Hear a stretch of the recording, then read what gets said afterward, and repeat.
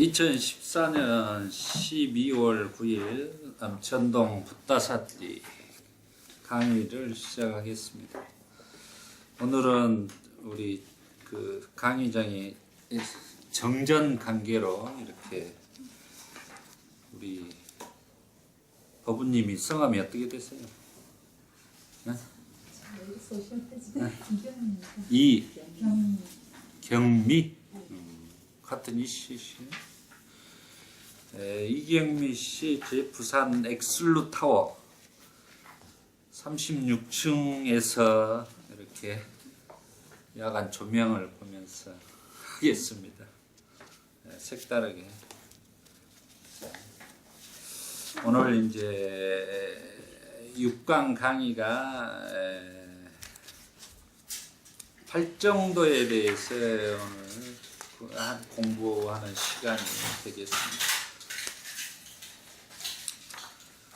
자, 우리 먼저 이제 잠깐이라도 이제 한 5분이라도 이제 명상은 해보고 하겠습니다. 제가 이제 오늘은 명상을 할 때 약간의 멘트를 조금 해드릴 거예요.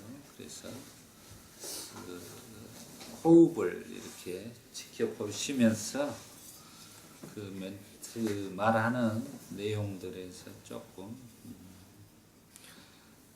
이렇게 기억을 해 주시면 좋을 것 같습니다. 편하게 앉으셔서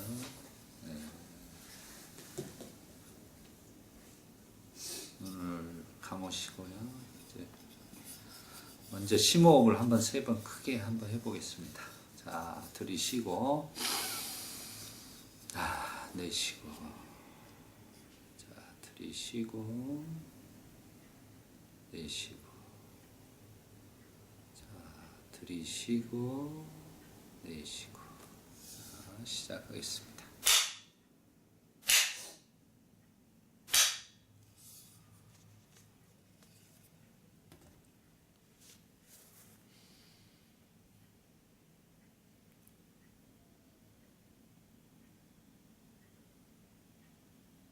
들숨과 날숨을 그냥 이렇게 산 정상에서 관찰자가 되어서 그냥 무심하게 바라보듯이 호흡을 들어오고 멈추고 나아가고 멈추고, 마음을 긴장하지 마시고 그냥 허공처럼 편안하게 하십시오.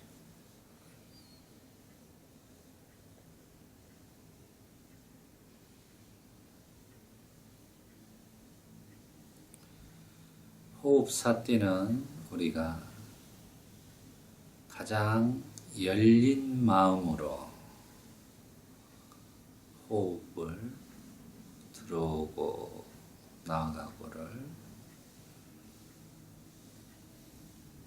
한마디로 사랑하듯이 이렇게 보는 것입니다.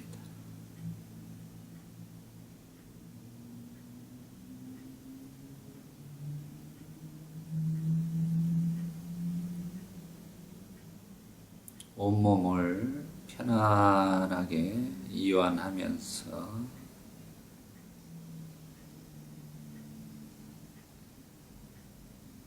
들어오고 나가고를 알아차립니다.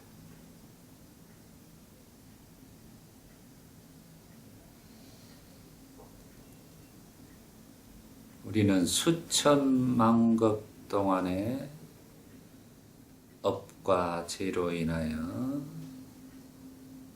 자기의 무명의 고통 속에서 살아가고 있습니다. 그 수천만 급의 무명의 업도 우리가 사띠라는 지혜의 등불을 가지고 호흡을 들어오고 나아가고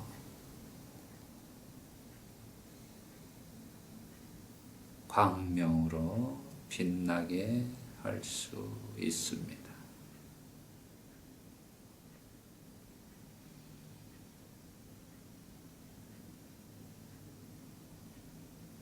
너무 많은 에너지를 긴장하면서 호흡을 꼭 지켜봐야겠다 이렇게 집착하지 마시고 그냥 편안하게 호흡을 자연스럽게 삿띠에 하시면 됩니다.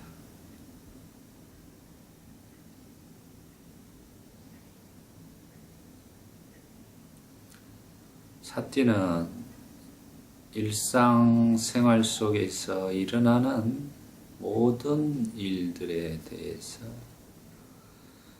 편안한 마음으로 자신의 마음이 무슨 일을 하고 있는가를 지켜보는 것입니다.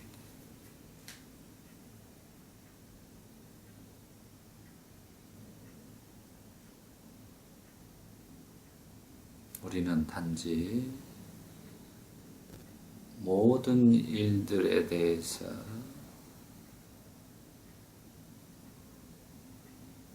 알아차림을 가지고 마음이 하는 일들에 대해서 관찰자가 되면 삿띠를 하고 있는 것입니다.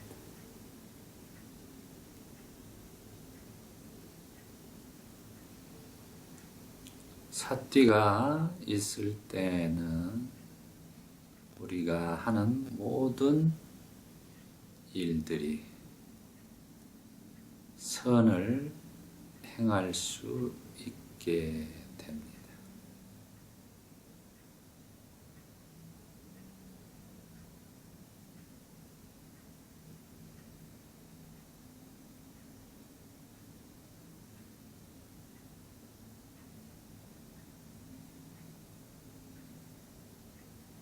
부처님께서는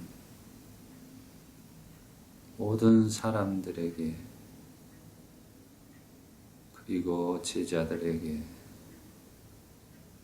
항시 우리는 행복한 사람들이라고 말씀해 주셨습니다. 우리는 지금 이 세상에서 삿띠를 함으로써 가장 행복한 사람들입니다.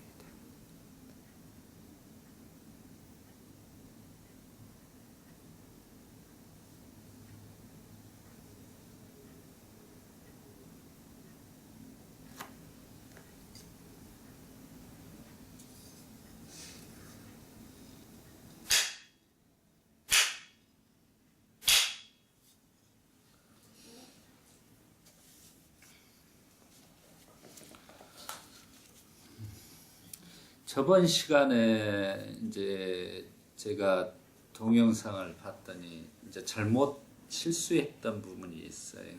그래서 제가 먼저 정정하고 사과드리겠습니다.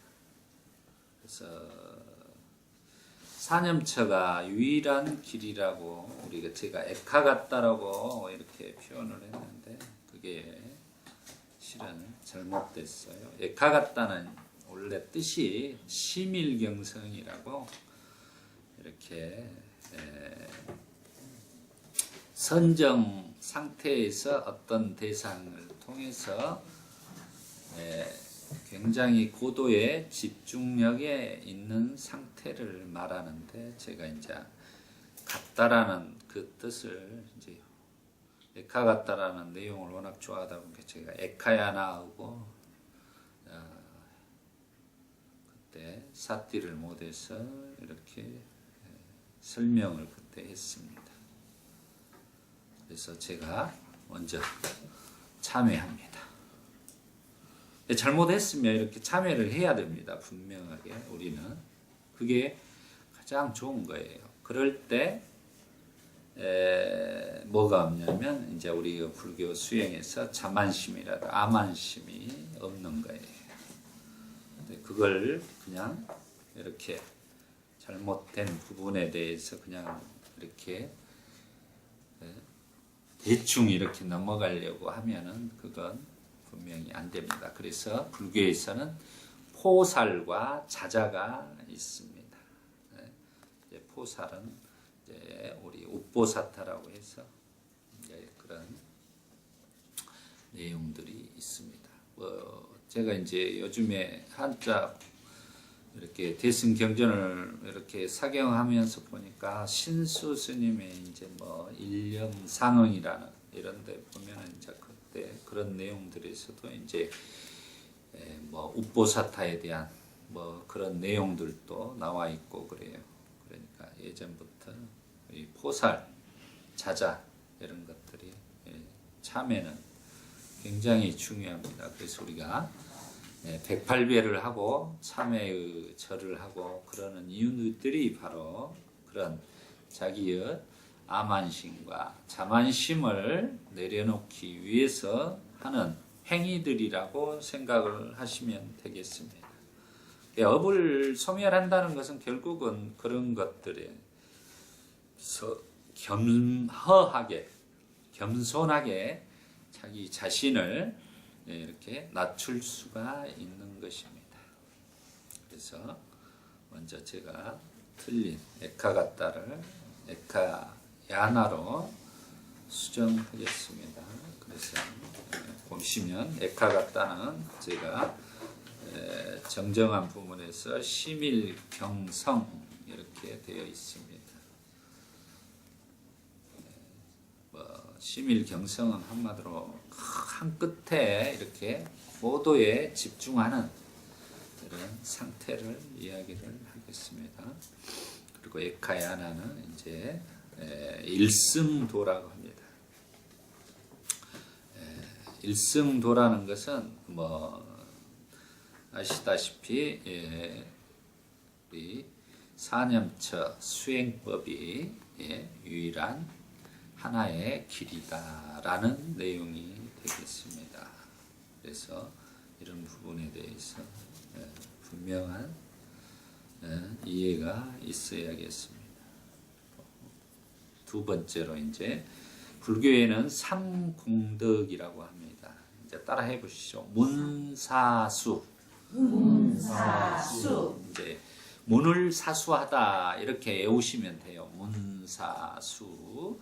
그래서 이제 세 가지 가장 불교의 큰 공덕이에요. 처음에 입문에서 문해, 그 다음에 사해, 수해 이런 순차적으로 제가 저번 시간에도 대기설법과 차제설법이라고 했습니다. 부처님 법문은 그런 것처럼 이거 이제 문사수라는 것은 차제설법으로서 순차적으로 문은 이제 우리가 많이 듣는 공부를 하는 거예요. 경청을 먼저 많이 해야 됩니다.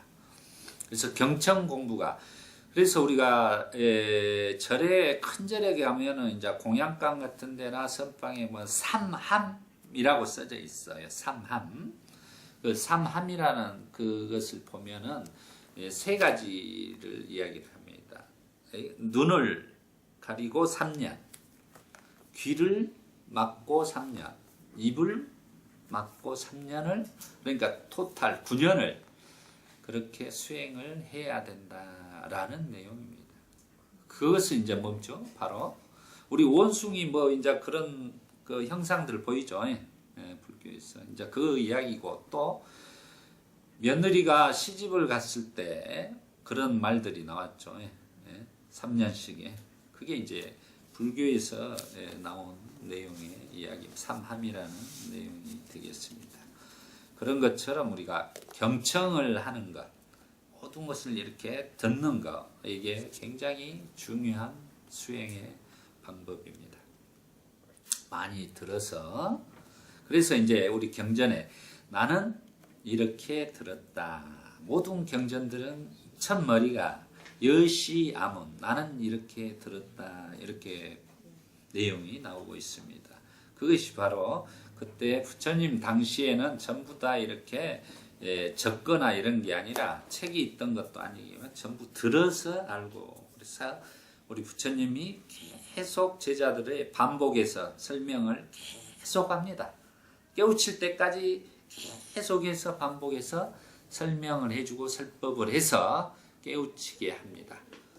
또 사리푸타 존자가 특히나 이제 더 그런 제자들을 많이 그런 형태를 취했던 것입니다. 그리고 많이 듣고 나서 이제 사해는 우리가 사유를 하는 거예요. 이것이 과연 합당하게 논리적으로 맞느냐 틀리냐를 자기가 판단하는 거예요. 분별하는 거예요. 이게 이치에 들어맞느냐 안 맞느냐를 보는 것을 이제 사해라고 합니다. 그래서 이치에 맞다면은 이제 그 다음이 수해예요. 닦을 숫자. 닦아서 자기가 수행을 해 가는 것이다라는 것입니다.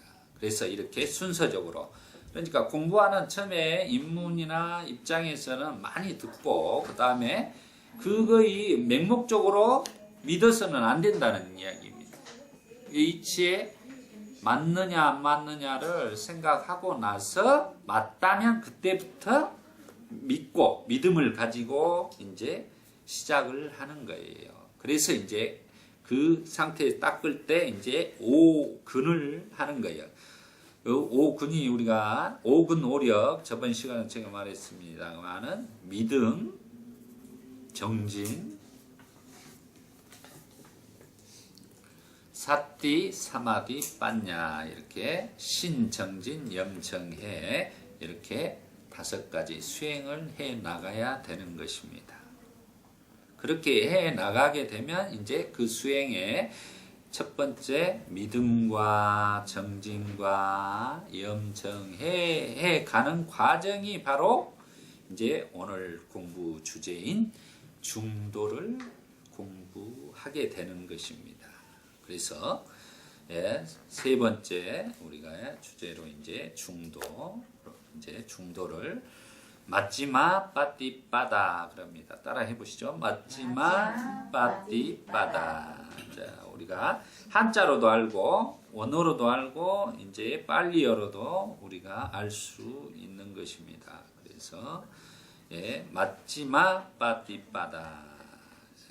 빠띠빠다가 이제 실제로 빠띠는 길 위를 빠다 걸어가는 것을 이야기를 합니다.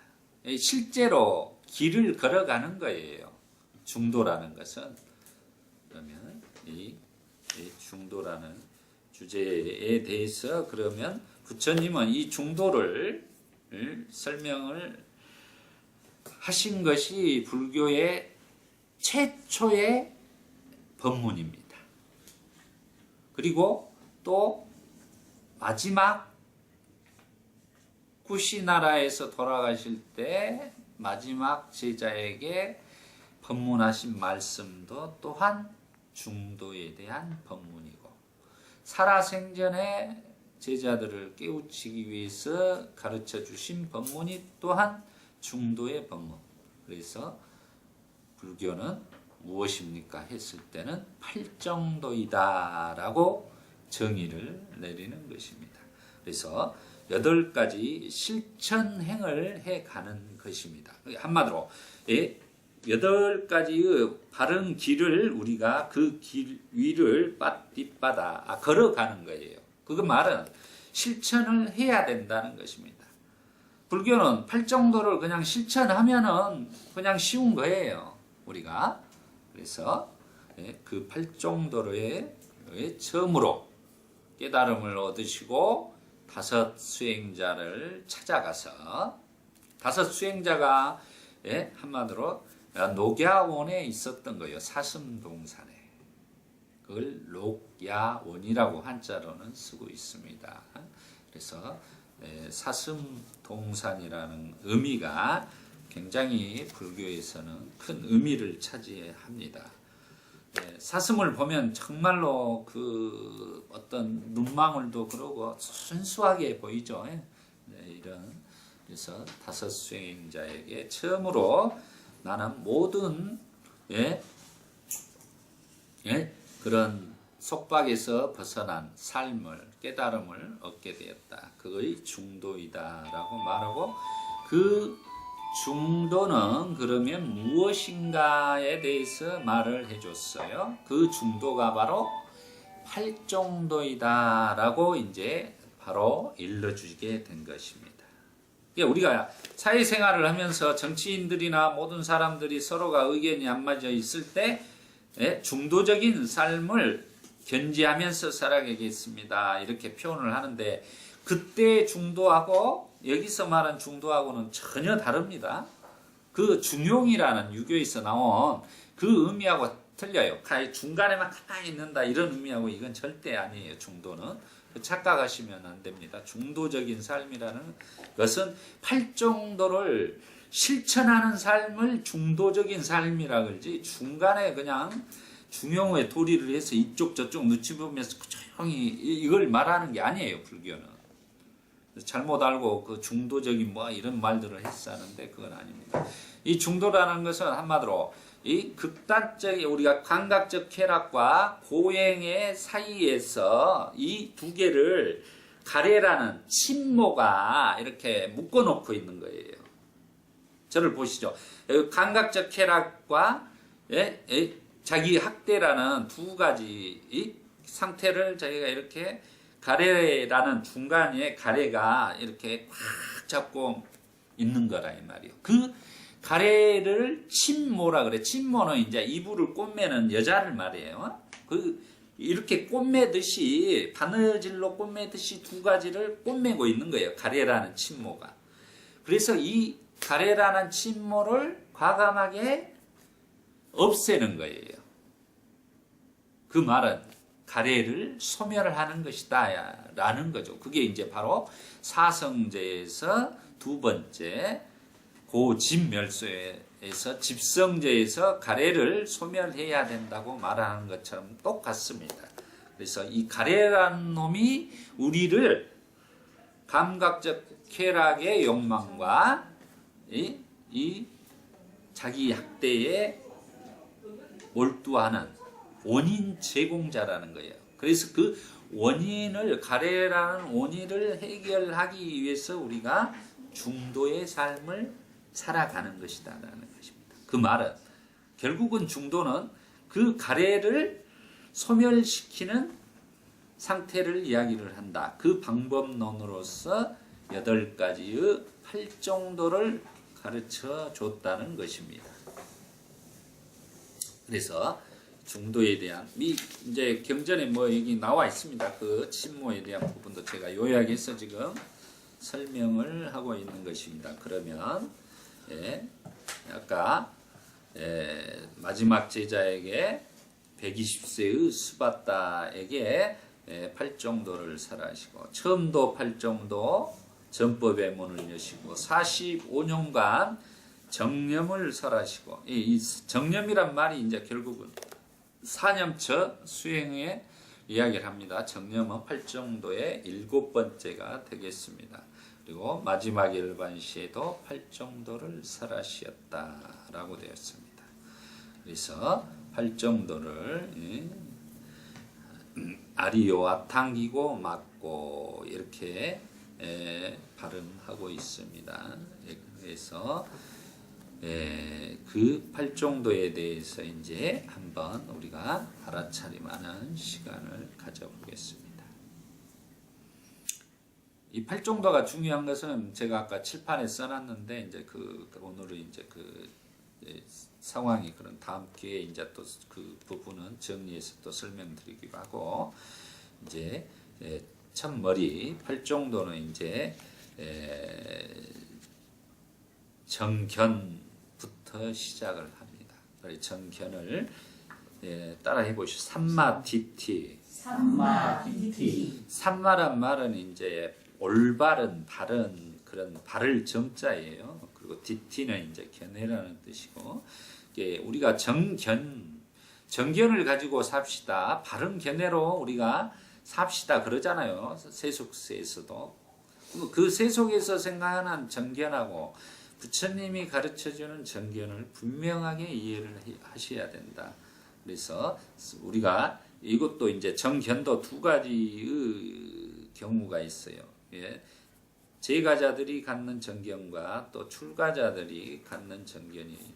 제가자들이 제일 먼저 알아야 될 정견은 이제 제가 3개의 도사, 사생자부 그랬죠. 욕계, 색계, 무색계, 사생, 테란스파, 오도윤회, 천상, 인간, 아기, 축생, 지옥 이렇게 윤회하는 것에 대한 것을 우리 제가자님들이 알아야 된다는 것이, 업에 대해 분명히 아는 것이 바로 제가자들이 먼저 갖춰야 될 업이다라는 것입니다. 정견이다. 그래서 그리고 출가자들이 알고 그걸 알고 나면 이제 우리 제가자들도 똑같이 마찬가지로 이 사성제에 대해서 알아야 되는 것이다. 이것은 이제 부처님의 말씀이에요. 정리를 논리적이고 과학적으로 이렇게 지금 설명을 해주는 겁니다. 정견은 무엇이 정견이냐를 이렇게 말씀해 줍니다. 정견은 고진멸도라는 사성제를 아는 것이 정견이다 그러는 거예요. 그래서 정견의 사성제에 대해서 또 다음 시간에 또 구체적으로 이제 세부적으로 또 공부를 하게 됩니다. 저번에도 쭉 잠깐 했는데, 그래서 고진멸도를 아는 것을 정견이라고 한다. 그럼 결국 사성제는 우리의 고를 멸할 수 있는 방법을 가르쳐 준 것입니다. 그래서 중요하죠. 그리고 가짜야나 꽃띠경에서는 연기의 가르침이 바른 견해이다 말씀해 주셨습니다. 그래서 연기, 결국은 사성제 8종도 연기는 뗄래야 뗄 수 없이 맞물려서 한 몸으로 돼 있어요. 그걸 보는 것이 가장 불교를 빨리 이해할 수 있는 거예요. 따로 떼어놓고 하나씩 이렇게 퍼즐 조합처럼 이렇게 조각조각만 이렇게 봐가지고는 절대 이해가 안 됩니다. 이 불교라는 게 이렇게 세 가지를 같이 한 몸이다 생각하고 봐야 되는 거예요. 그러면 고집멸도에서 집성제에서 가래가 결국 원인이 돼서 고통을 만든다 했습니다. 그러면 가래는 어디서 나왔느냐? 그러면 무명, 12연기의 무명, 행, 식, 명색, 유기, 촉, 수, 애 이렇게 해서 수에 해서 가래가 진행된 거예요. 연기법으로 그게 가래가 진행된 거예요. 그 가래의 원인은 결국은 뭐냐 그러면 결국 12연기의 무명이라는 거죠. 밝음이 없는 것이다 라는 것입니다. 그래서 이 사성제 안에 이미 집성제 안에 가래라는 12연기법이 들어있는 거예요. 이걸 보는 게 굉장히 중요한 겁니다.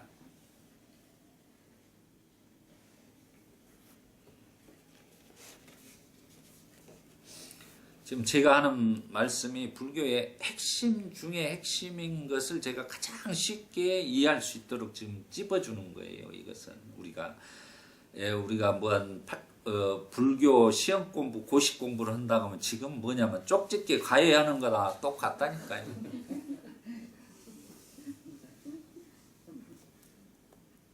제가 얼마나 저는 이걸 알기까지 시행착오와 시간이 걸려서 이제 함축되어진 핵심을 지금 설명을 드리는 것입니다. 경전을 이렇게 오부니까를 다 보고 나서 이제 내린 것이 바로 그거예요. 이렇게.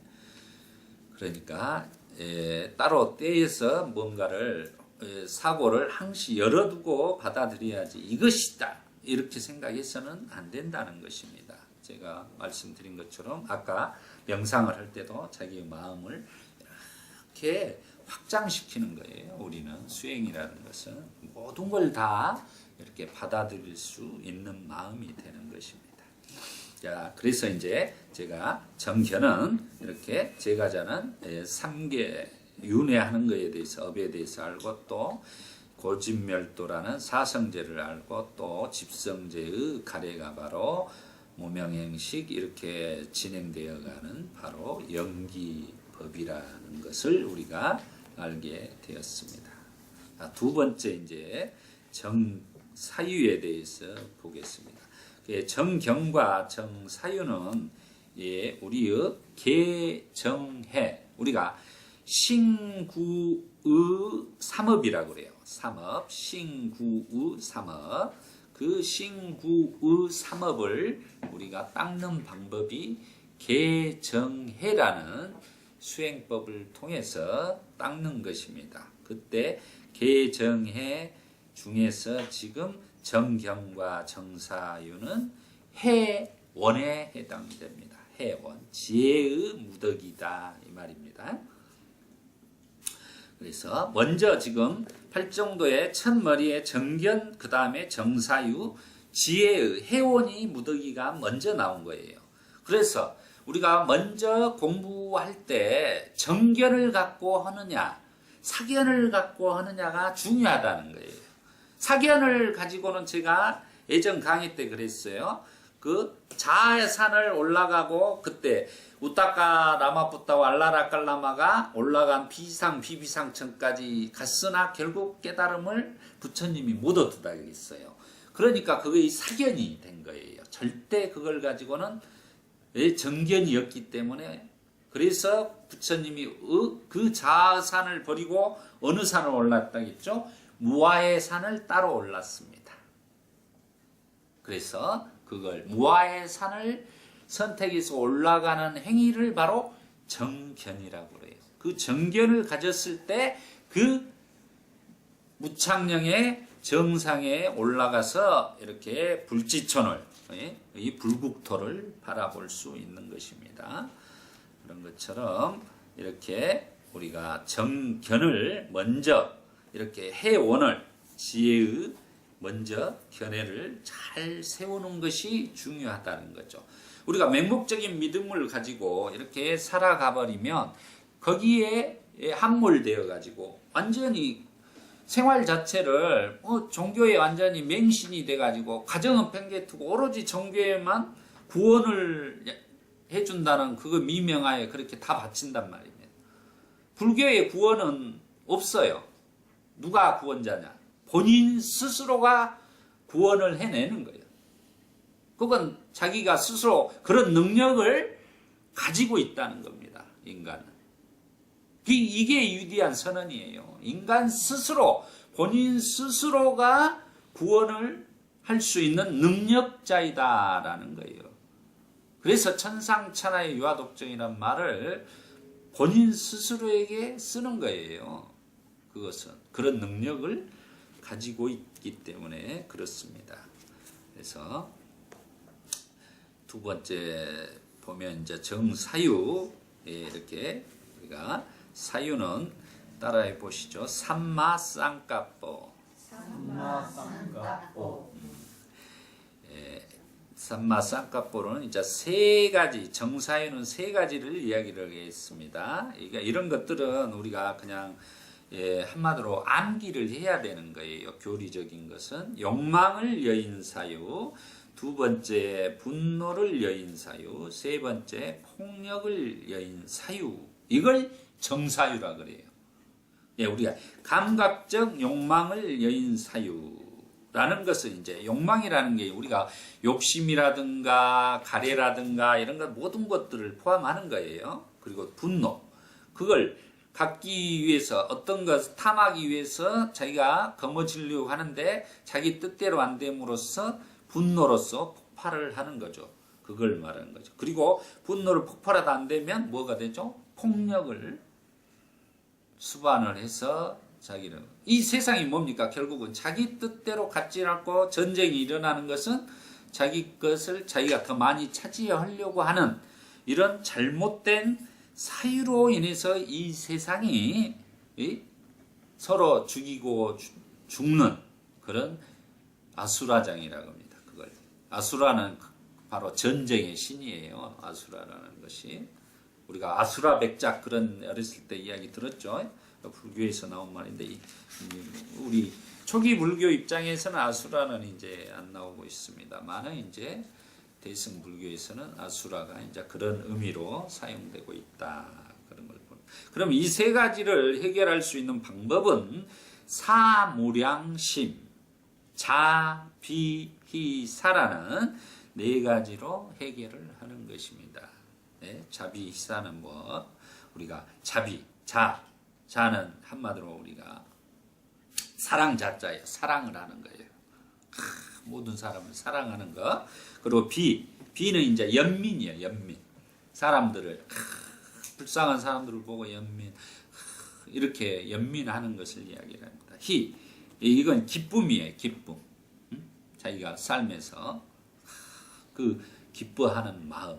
우리가 수행을 할 때에도 우리가 이 불교 공부를 하면서 또 기쁨, 삐띠 이런 것들이 있어야 된다. 그리고 사는 이제 버릴 사를 여기는 썼는데 이 사가 이제 바로 평정심 이런 겁니다. 평온한 마음 이런 것을 이야기를 합니다. 그래서 옮길 때 이렇게 한자로 이렇게 옮긴 거예요. 엄사를 하다 보니까. 그래서 우리는 자비희사, 이 사무량심이라고 하기도 하고 사범주라고도 합니다. 사범주는 이제 한마디로 네 가지 거룩한 머뭇이라는 뜻이에요. 사범주라는 것이. 이런 마음을 우리가 드는 거예요. 이렇게 수행을 하고 사티 수행을 하게 되면 자기 명상할 때도 자비희사로 우리가 자예경을 독송한다든가 이런 것들이 바로 이제 이런 마음으로 하는 것입니다. 그랬을 때 이렇게 욕망을 여인 사유, 분노를 여인 사유, 폭력을 여인 사유로 갈 수 있다는 것입니다. 구체적으로 부처님은 이렇게 그 내용에 대해서 정사유라는 것은 이 세 가지가 없을 때 정사유라고 말씀하신다는 걸 우리가 꼭 이해를 하셔야 돼요. 그래서 잘못된 사유는 이렇게 감각적 욕망과 분노, 폭력을 하는 사람들이다. 그런 분들이 그러면 보니까 이제 대부분 우리 그 절에서도 우리 보살님 보면은 남편에게 그렇게 그 술 먹고 오면 지금도 맞고 사는 사람들이 있어. 참 어느 세상인데 맞고 또 사는가 모르겠어. 이제 그런 분들이 있다는 거예요. 그게 이제 잘못된 이분들은 사유를 가지고 있기 때문에 그런 현상이 일어난다는 거죠. 그래서 그런 부분에 대해서 우리가 정사유는 이렇게 된다.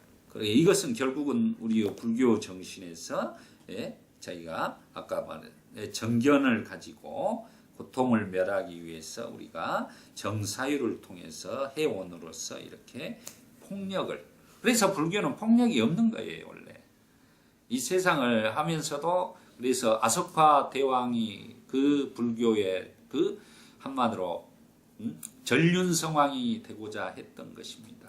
그 모든 것을 불교의 정치로서 그때 다스렸던 겁니다. 인도 역사에.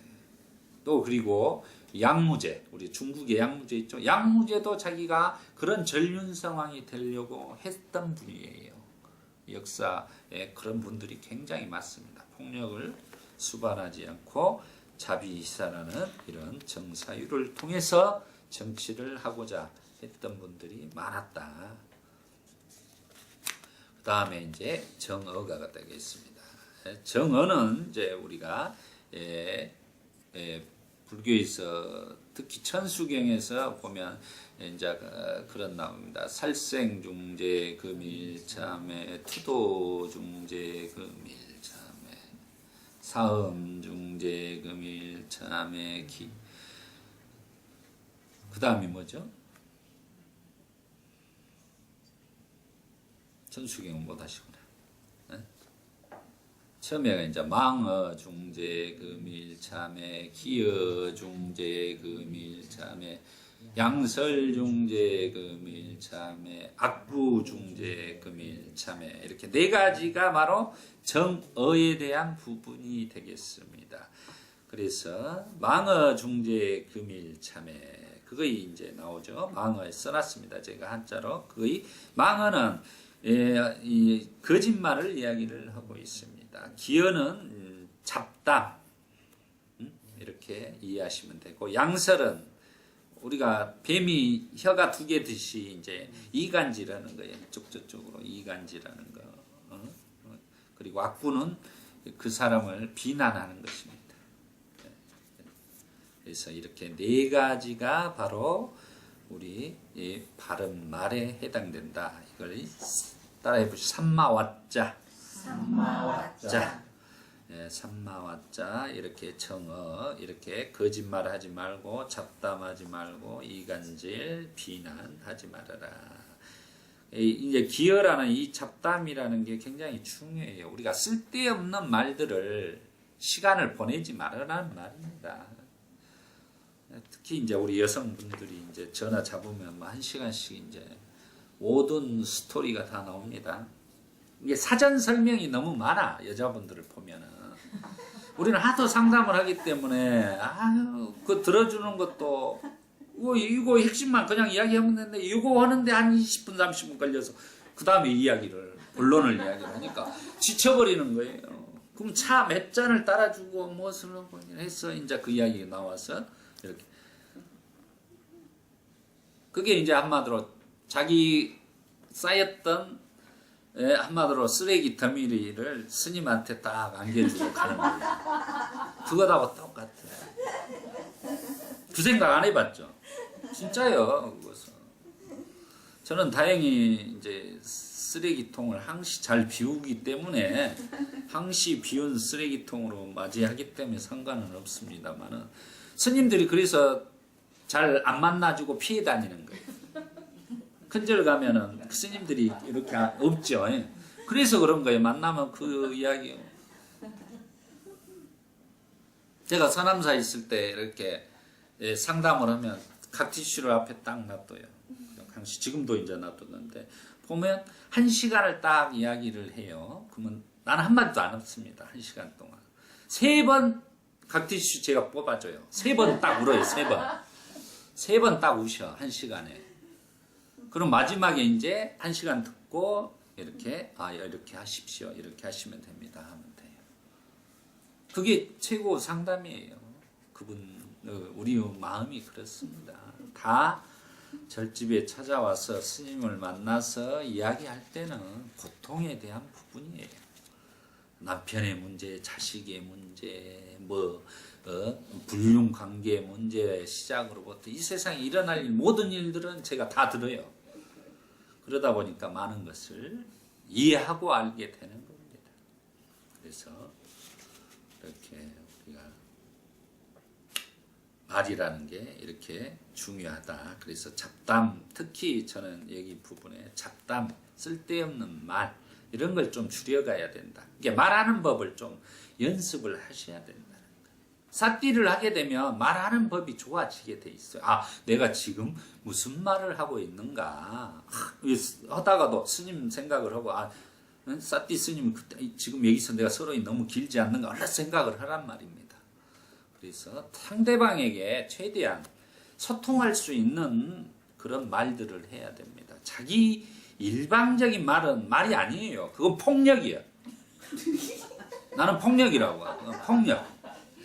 상대방이. 얼마나 힘들게 한 줄 알아요? 상대방이. 아까 그게 잘못된 사유예요. 그 폭력을 요인다니까. 네?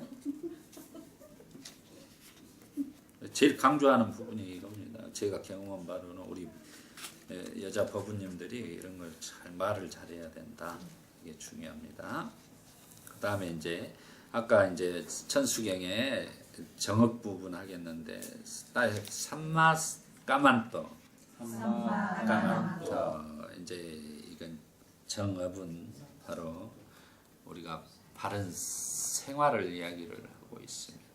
바른 생활. 그러면 천수경에 살생중재 금일참회 투도중재 금일참회 사음중재 금일참회 이 세 가지가 바로 정업입니다. 이게 바로 이제 계원이라 그래요. 이걸 계원. 지금 정어, 정업, 정명 이런 것들은 다 계정의 사막에서 계원에 속하는 것입니다. 계원에. 나중에 이제 제가 표로 오늘 칠판에 적어놓은 게 다 이런 건데 또 정리해서 가르쳐 드릴 테니까 우선은 들으시기 바랍니다. 반복해서 이게 바로 이제 살생 우리가 그래서 불교는 이렇게 도량석을 아침에 새벽에 4시에 해요. 4시. 우리 지금 향림사는 4시에 딱 맞춰서 하거든요. 그러면 그 도량석 목탁. 목탁은 무슨 모양이죠? 목탁이 무슨 모양인 줄 아시죠? 목탁하고 우리 그 풍경 있죠. 풍경에 뭐가 달렸어요?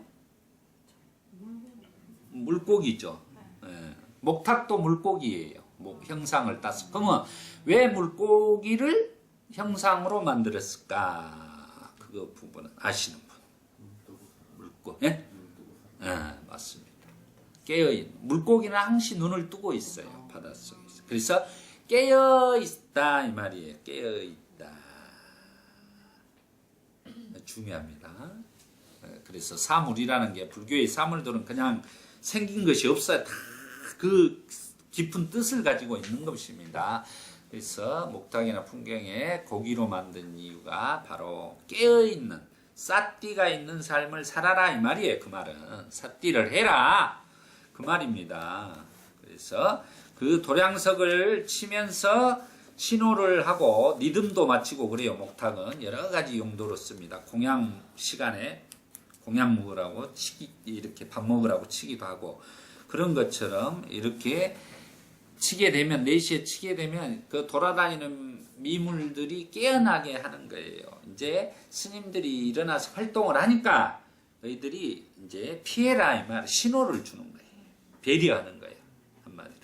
네? 이렇게 도량석을 한다는 의미는 그거예요. 네? 그리고 이제 도량석 의미는 그런 것도 있지만 또 스님들이 다 일어나서 이제 아침에 공부해라 그 말이에요. 예경을 하고 네? 그런 것입니다. 그러니까 스님들의 생활이라는 것은 아침 일찍 일어나서 그렇게 예경을 하고 하루를 시작하기 때문에 자기 자신을 참회하는 삶을 시작을 하는 거예요. 실은 3기야 5개. 제가 우리 법회 때 보름 법회 때 그런 말을 했는데 그분들에게 스님들이 우리 제가자의 어떤 기준에서 막 비난할 게 아니라 그 사는 모습을 보면 그렇게 날마다 그렇게 살아간다.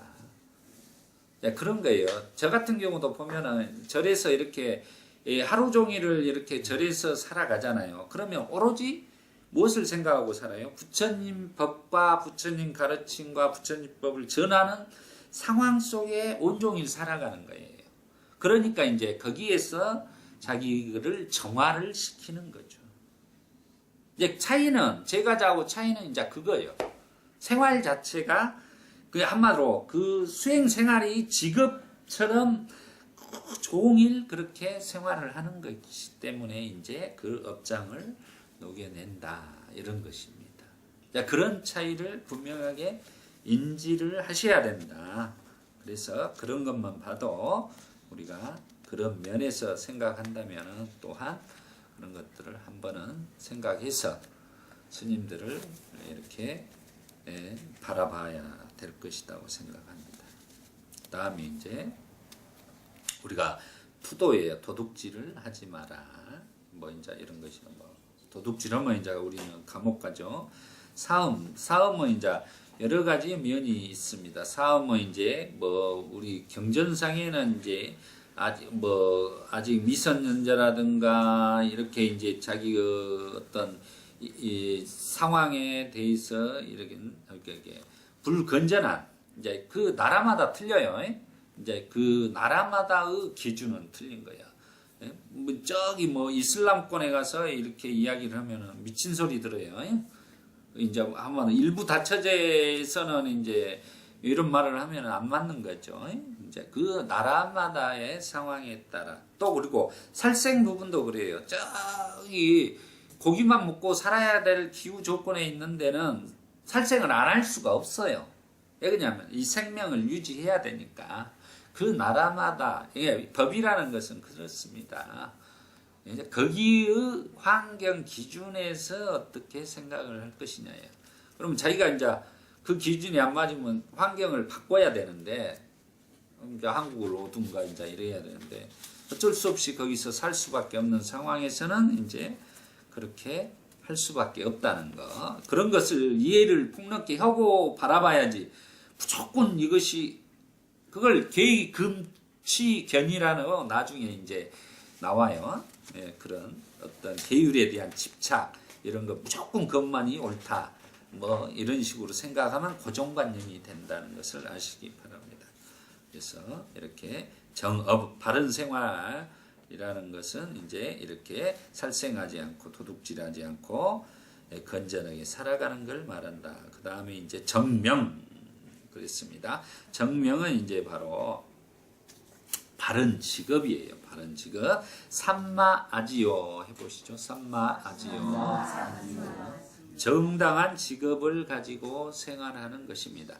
정당한 직업이라는 것은 우리가 뭘까요? 우리 불교에서는 이제 기준에 보면 뭐 인신매매를 한다든가 무기를 판다든가 뭐 이제 우리가 이제 또 이런 것도 있어요. 이제 그 우리가 이제 그 5개 중에 술 먹지 마라 이런 부분도 있기 때문에 술과 관련된 마약과 관련된 이런 것들도 안 된다는 거죠. 그리고 웬만하면 자기가 건전한 직업을 갖도록 노력하면서 살아야지만이 업을 쌓지 않는다라는 것입니다. 그래서 이렇게 정업, 정명 이렇게 세 가지가 바로 우리의 계온에 속하는 것입니다. 그래서 계정의 사막에서 계온에 속하는 것이다라는 것을 이해하시고 그다음에 이제 정정진 부분 보겠습니다. 이제 정정진은 이제 삼마와야모 이렇게 따라해 보시죠. 삼마와야모. 예, 정정진은 이제 저번 시간 여러 번 제가 이야기했어. 37조도품 우리가 이제 깨달음으로 가는 37조도품이 있어요. 나중에 또 이제 공부를 하겠지만 그 중에 사정근에 대해 해당되는 부분입니다. 해탈에 도움이 되는 선법과 도움이 안 되는 불선법을 삿띠로 분명히 아는 것이다 라는 거죠. 그래서 우리 사정근을 그랬죠. 아직 일어나지 않은 좋은 생각을 일어나게 하고 또 지금 선업을 하고 있는 것을 계속 더 하는 것을 말해요. 그것은 해탈에 도움이 되는 선법이 되는 것입니다. 그러면 해탈에 도움이 안 되는 불선법이 되는 것은 아직 지금 일어나지 않은 나쁜 생각을 일으켜 세우고 또 지금 하고 있는 걸 더 하고 한다면 그것은 바로 해탈에 도움이 안 되는 불선법이 된다는 거죠. 그래서 아직 일어나지 않은 불선업, 악한 생각마저 일어나지 않게 하고 지금 자기가 악한 행위를 한다면 바로 스톱해야 된다. 그런 것을 바로 정진이라고 한다. 그랬습니다. 그래서 그런 부분에 대해서 아까 제가 그런 거예요. 스톱을 한다는 것은 삿띠를 통해서 아까 말한 것처럼 내가 지금 말을 하고 있는데 여기서 탁 스톱할 줄 알아야 돼요.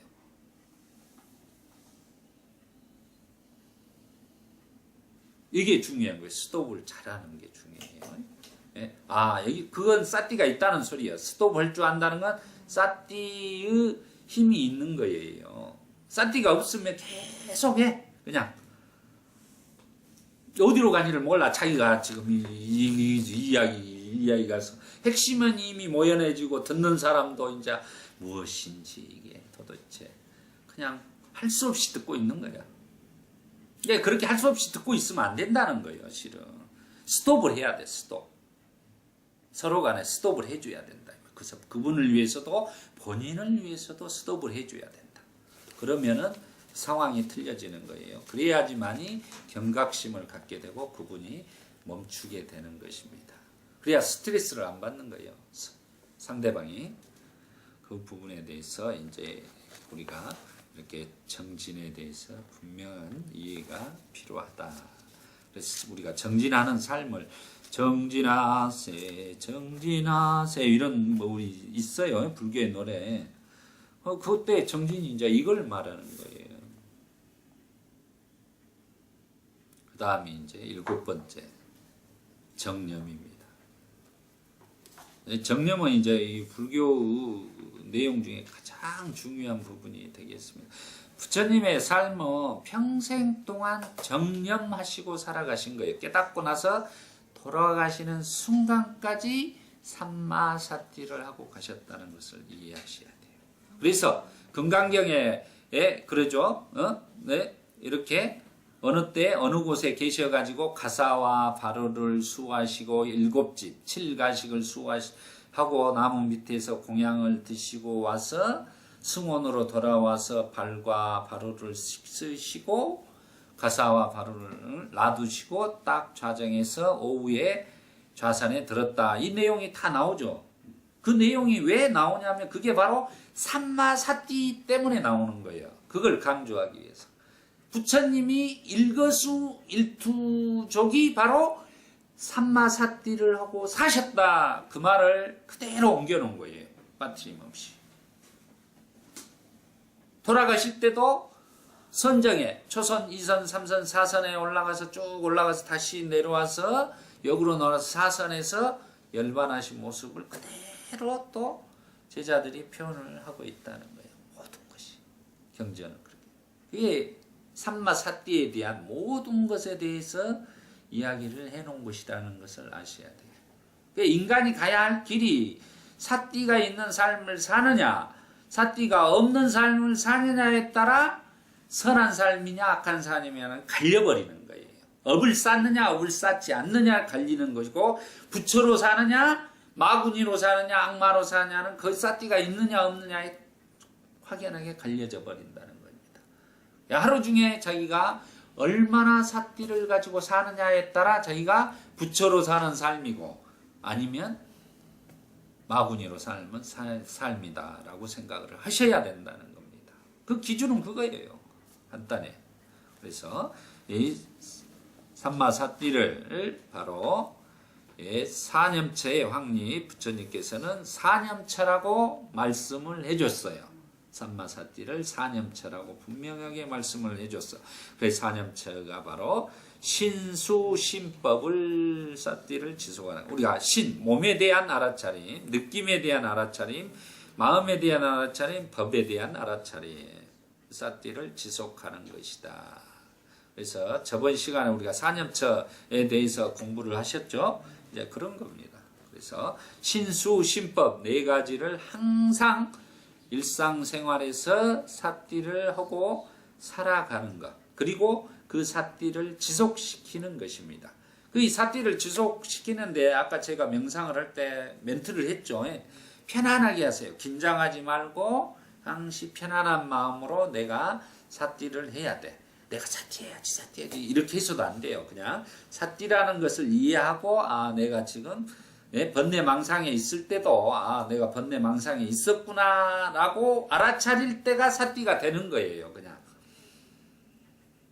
이렇게 그런 것에 대한 긴장감이나 내가 강박관념이나 이런 거 갖지 말고 수행을 하시라 이 말이에요. 편안하게 그냥 사띠라는 이 용어와 이런 것들을 이해하고 내가 알아차림이 부족했구나 이렇게 할 때 이미 사띠가 되고 있는 거예요. 그것이 알아차릴 때 그건 이미 그 알아차린다는 마음을 사띠가 그 마음을 사띠하고 있는 겁니다. 이게 마음이 본다 그렇게 말을 해요. 경전에 그 말은 마음이 본다는 것은 마음을 사띠가 본다는 말이에요. 우리 마음은 일어났다 생멸하는 시간이 빛의 속도에 100만분의 1초에 일어났다 사라져버려요. 그러니까 한 마음이라고 그래. 한 마음. 우리가 한 마음 쓰는데 그 마음은 한 마음이 아니에요. 무슨 한 마음, 전체적인 한 마음 이런 마음이 아니에요. 인간은 오로지 대상이 있을 때 한 마음이 일어났다 사라지고 한 마음이 다른 마음이 또 오고 이런 식으로 계속 반복되는 거예요. 그러다 보니까 여기서 한 마음이 이놈이 사라지는 순간 사띠가 있으면 이 마음이 사라지는 것을 멸하는 걸 보는 거예요. 이걸 마음이 마음을 본다 이렇게 표현한 거다 이 말이에요. 수행에서. 사띠라는 기능이 그래서 중요하다 이 말이에요. 불교는 사띠라는 이 기능, 사띠라는 용어를 모르고서는 이해할 수가 그래서 없다는 거예요. 마음을. 사띠 밑에는 뭐가 있었다? 해탈이 있다겠죠. 사띠를 함으로써 해탈하는 삶, 구속에서 벗어나고 고통에서 멸할 수 있는 길을 부처님이 제시를 한 거예요. 그 해탈 상태의 그 밑에 저변에 또 열반이라는 게 있더라. 그럼 우리는 결국 열반을 향해서 가는 사람들이요. 그래서 아까 제가 그 말을 했죠. 우리들은 행복한 사람들입니다. 부처님이 항상 그랬어요. 깨닫고 나서 제자들하고. 우리는 행복한 사람들입니다. 그게 바로 이제 그런 이유 때문에 항상 우리는 행복한 사람들입니다. 항상 그런 마음으로 사셔야 돼요. 우리는 행복한 사람들입니다. 불행한 사람입니다 하고 살면은 맨날 불행해, 그것은. 부정적인 마인드로 살면 항상 부정적인 일만 일어나는 거예요. 예? 이런 긍정적인 마음으로 산다는 것. 그걸 말하는 거 있는 것입니다. 자기가 긍정과 부정 사이에 어디에서 살 것인가, 어디에 살 것이냐는 사띠에 달려있다 이 말이에요. 사띠로 살면 자기가 행복한 삶을 살아가는 것입니다. 사띠가 없을 때는 불행한 삶을 살아갈 수밖에 없다는 것입니다. 그래서 해탈열반으로 가는 유일한 길이 수행법을 정념, 사념처 수행법이라고 부처님께서 가르쳐 주신 것입니다. 그 다음이 8번째로 정정. 따라해보시죠. 삼마사마디. 사마디. 우리가 사마디를 뭐 집중 이런 식으로 이해하면 안 됩니다. 사마디 상태는 그냥 우리가 삼마사마디 상태에서도 뭐가 있냐면 사띠가 있어요. 사띠는 카레에 뭐가 빠지면 안 되죠? 맛을 내려면 카레에 뭐가 빠진 맛이 없어요. 모든 맛에 뭐가 빠진 맛이 없습니다. 소금입니다. 소금. 이게 불교에서 소금 역할을 하는 게 바로 사띠예요. 사띠가 없으면 맛을 낼 수가 없다 이렇게 부처님이 말씀을 해주셨어요. 그 말도 카레에 소금과 같다고 한 것도 경전에 나온 부처님의 말씀입니다. 그러니까 우리가 짠 거 먹으면 안 좋다고 그러는데 실은 안 그래요. 우리는 소금을 먹어줘야 사는 거예요. 네? 알았어요? 우리가 진화할 때 이게 이 바다에서 이렇게 해갖고 진화를 하다 보니까 소금기가 필요해요. 우리에게는. 그래서 적당한 소금을 먹어줘야 된다. 그래서 소금이라는 게 그만큼 중요한 것이다 라고 생각을 하시면 됩니다. 그래서 이제 마무리로 143페이지를 한번 펴보시죠. 오늘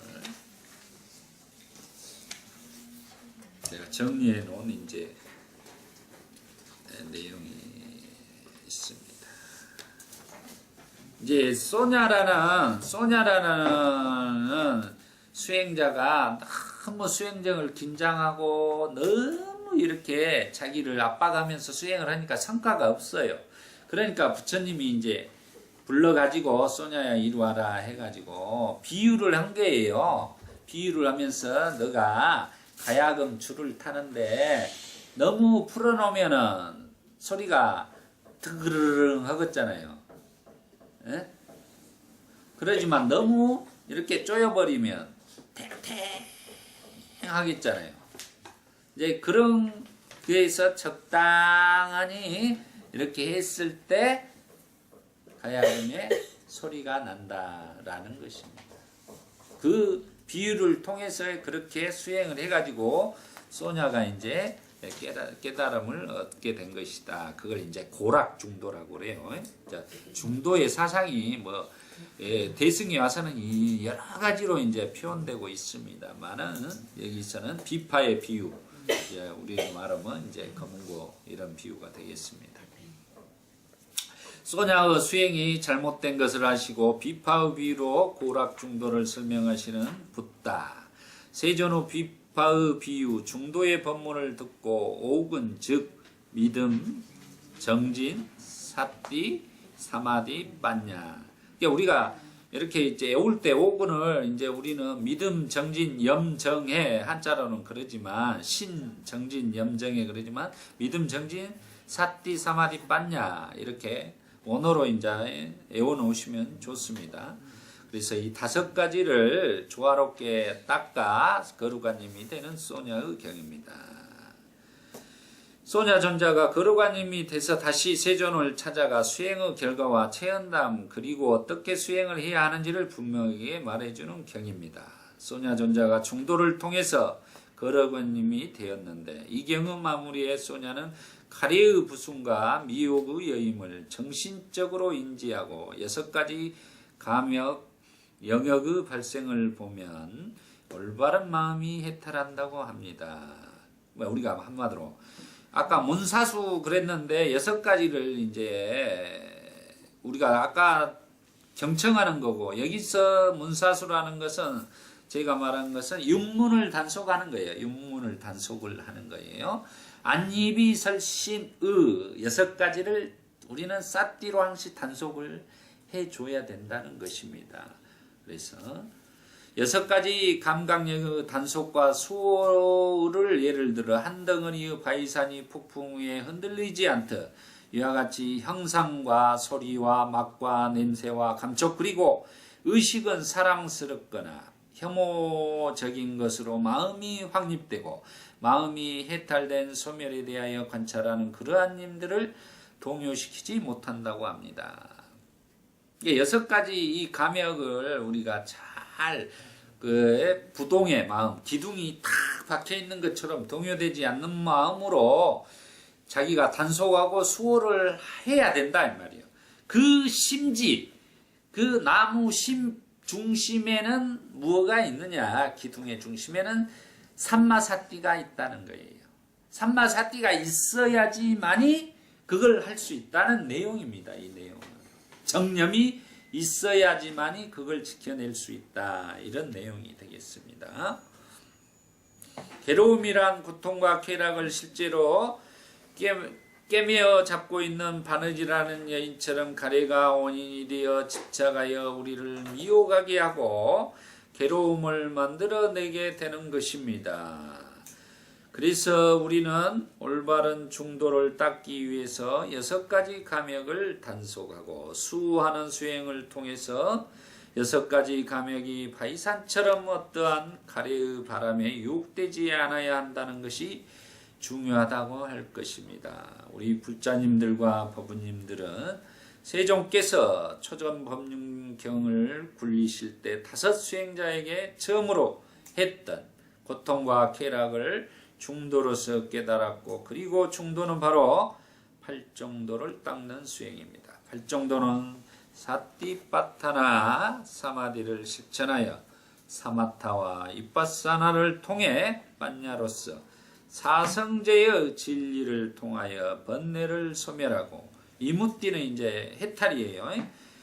그리고 니빠나 열반을 이루는 것입니다. 중도를 실천하여 깨달음을 얻기 위해서는 사띠빠타나 즉 사념처 수행을 통해 사띠를 확립하는 것이 중요합니다. 그래서 우리는 사띠의 확립을 하는 삶을 살아가야 하는 것입니다. 경에서 세종께서는 행주자와 어묵동정 한번 따라 해보시죠. 행주자와 어묵동정 행주사와 어묵동정 모든 일상적인 삶에서 사띠를 확립하면서 살아가라고 안내해 주고 계시는 것입니다. 우리 법부님들은 일상생활 속에서 항상 사띠를 힘있게 하는 삶을 살아가십시오. 그것이 바로 불교의 수행인 것입니다. 불교의 수행은 우리의 일상적인 삶과 떨어져 있지 않습니다. 그러니까 불교의 수행이라는 걸 어렵게 생각하지 말고 우리 하루 종일 행주자와 어묵동정에서 사띠가 있는가 없는가를 알아차림하는 거예요. 간단한 거예요. 그러니까 뭐 제가자니 출가자니 뭐 이런 기준에 넘어서 부처님이 그렇게 하신 말씀이 아니에요. 제가자들도 엄청나게 이렇게 많이 깨닫게 됩니다. 경전에 보면 수도 없이 우리가 이 경전이 그 스님들이 결집해서 내려오다 보니까 비쿠들이여라고 이렇게 호칭을 하는 거지. 비쿠들이라는 것은 의미는 그때 의미는 또 수행자라는 의미가 있어요. 전부 다. 그러니까 그런 것들에 대해서 위화감을 갖지 마시고 되는 거예요. 제가 그런 말을 합니다. 이 번뇌가 곧 보리예요. 보리. 번뇌 망상이 많을수록 자기가 삿띠를 하게 되면 실은 깨달음을 얻을 수가 있다는 겁니다. 그러니까 우리 제가자의 삶 속에 더 번뇌 망상이 더 많은 거예요. 스님들의 그 생활 자체는 굉장히 단순해요. 그러다 보니까 이제 이렇게 조금 그런 것들에 대해서 노출이 적을 수 있으나 또 스님도 그렇지는 않습니다. 공간이 또 좁고 그러기 때문에 편협되어 있기 때문에 또 거기에 대한 스트레스나 또 그런 것도 굉장히 많습니다. 압박감도. 자, 그런 것들은 어디나 경계가 없이 똑같다고 생각하시고 항시 삿띠를 하는 삿띠를 제가 힘있다고 표현한 말은 그런 거예요. 그걸 막 힘을 길러야지 뭐 파워를 길러야지 이런 뜻이 아닙니다. 삿띠를 지속시킨다 이런 표현이에요. 그 지속시킨데 강박관념을 가지고 막 이렇게 하는 것은 아닙니다. 편안한 마음에서 항시 삿띠가 있는가 없는가를 이렇게 알아차리는 수행을 해 나가야 되는 것이다 라고 생각합니다.